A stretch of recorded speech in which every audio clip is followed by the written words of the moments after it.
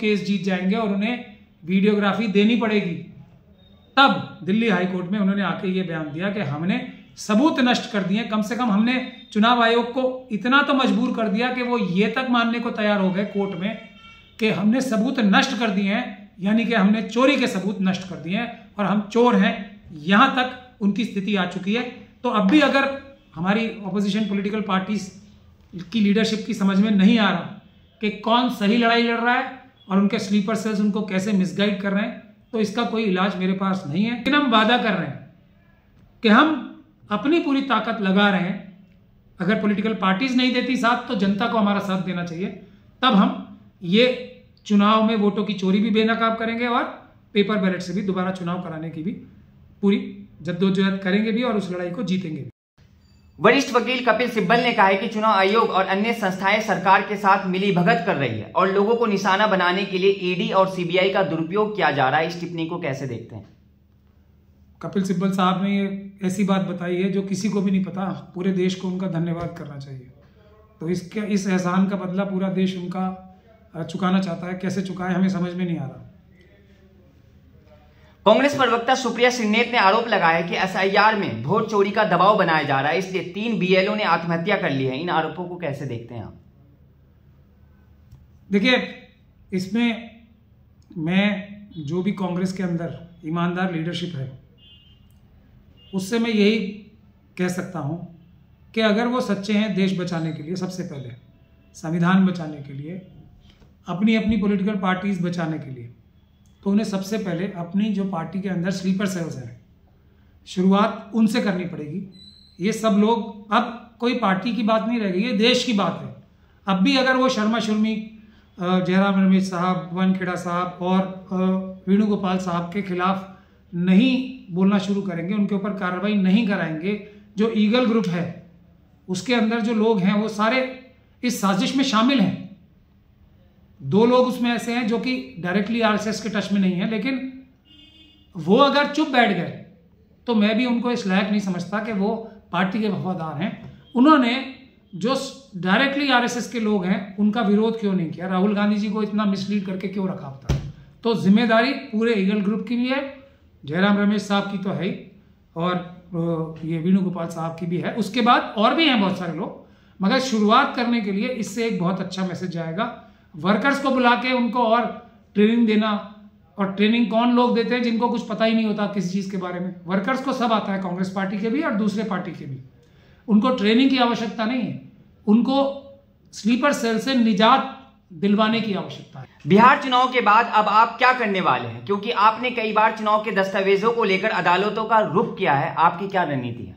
आज भी मैंने अभी बताया, तो पिछले चुनाव आयुक्त थे, मशीनों में चोरी और हेराफेरी के लिए जो हमने एफआईआर, जो पुलिस कंप्लेंट दी थी, उसमें नोटिस इशू हुए हैं सबको। मैंने आज उसके लिए प्रेस कॉन्फ्रेंस भी की थी। राजीव कुमार जी को भी हुआ है और दूसरे लोगों को भी हुआ है। तो हमारी कार्रवाई चल रही है, लेकिन धीरे इसलिए चल रही है कि हमारा एक छोटा ऑफिस है, हमारा अकेले हाथ से हम जितना काम कर रहे हैं, लेकिन उसका फायदा आने वाले समय में हर उस व्यक्ति को होगा जो देश बचाना चाहता है, संविधान बचाना चाहता है, निष्पक्ष चुनाव कराना चाहता है, मशीनों से बचा के पेपर बैलेट से चुनाव कराना चाहता है। हम लोग बहुत मेहनत करके, दिन रात एक करके, छोटे छोटे मतलब आप समझ लीजिए ईंटें लगा रहे हैं ताकि एक मजबूत दीवार मशीनों के खिलाफ तैयार हो सके, पेपर बैलेट को वापस लाने के लिए हमारी मुहिम में मदद कर सके। बिहार चुनाव के बाद क्या चुनाव आयोग से किसी विशेष प्रकार का डाटा या फिर रिकॉर्ड्स की मांग महमूद पराचा कोर्ट के माध्यम से करने वाले हैं? देखिए, मैं इधर उधर भटकने की बात नहीं करता हूं। मैंने जिस चीज की डिमांड की है पहले दिन से, उसमें सब चीजें आ जाएंगी। सब चीजें मतलब सब चुनाव के अंदर जितनी धांधलियां होती हैं ज्यादातर उसमें कवर हो जाएंगी। मैंने डिमांड की है सीसीटीवी फुटेज की, वीडियोग्राफी की। वो ऐसा अकाट्य सबूत है जिसके खिलाफ चुनाव आयोग आज तक एक शब्द नहीं बोल पाया है। राहुल जी के बारे में, राहुल जी के दलीलों के बारे में 50 एग्जाम्पल्स और 50 दलीलें चुनाव आयोग ने और आरएसएस और बीजेपी ने दी हैं। मैंने जो चीज मांगी है, वीडियोग्राफी, सीसीटीवी फुटेज, उसके खिलाफ कोई दलील नहीं दे पाए हैं, एक भी दलील नहीं दे पाए, सिवाय एक के कि हम माओ बहनों की वीडियोग्राफी नहीं देना चाहते। ये उनकी सबसे बड़ी दलील है।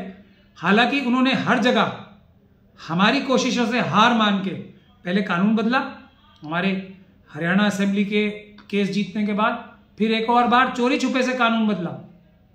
45 दिन में वीडियोग्राफी नष्ट करने वाला कानून चोरी छुपे से बदला, किसी को नहीं बताया।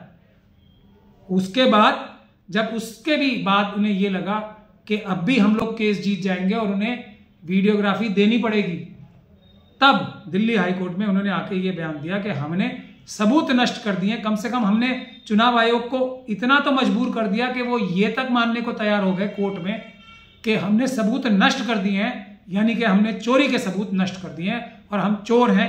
यहां तक उनकी स्थिति आ चुकी है। तो अब भी अगर हमारी ऑपोजिशन पॉलिटिकल पार्टीज की लीडरशिप की समझ में नहीं आ रहा कि कौन सही लड़ाई लड़ रहा है और उनके स्लीपर सेल्स उनको कैसे मिसगाइड कर रहे हैं, तो इसका कोई इलाज मेरे पास नहीं है। बिहार में भी हम यही कार्रवाई करेंगे और उसके लिए हमारा काम आसान हो जाएगा अगर पॉलिटिकल पार्टीज हमारा साथ दें। मुश्किल है, मुश्किल लड़ाइयां हम जीते हैं अब तक भी, लेकिन ये भी लड़ाई जीतेंगे अगर पॉलिटिकल पार्टीज अभी भी स्लीपर सेल्स के काबू में रह के हमारा मदद नहीं करेंगी। लेकिन हम वादा कर रहे हैं कि हम अपनी पूरी ताकत लगा रहे हैं। अगर पॉलिटिकल पार्टीज नहीं देती साथ तो जनता को हमारा साथ देना चाहिए, तब हम ये चुनाव में वोटों की चोरी भी बेनकाब करेंगे और पेपर बैलेट से भी दोबारा चुनाव कराने की भी पूरी जद्दोजहद करेंगे भी और उस लड़ाई को जीतेंगे भी।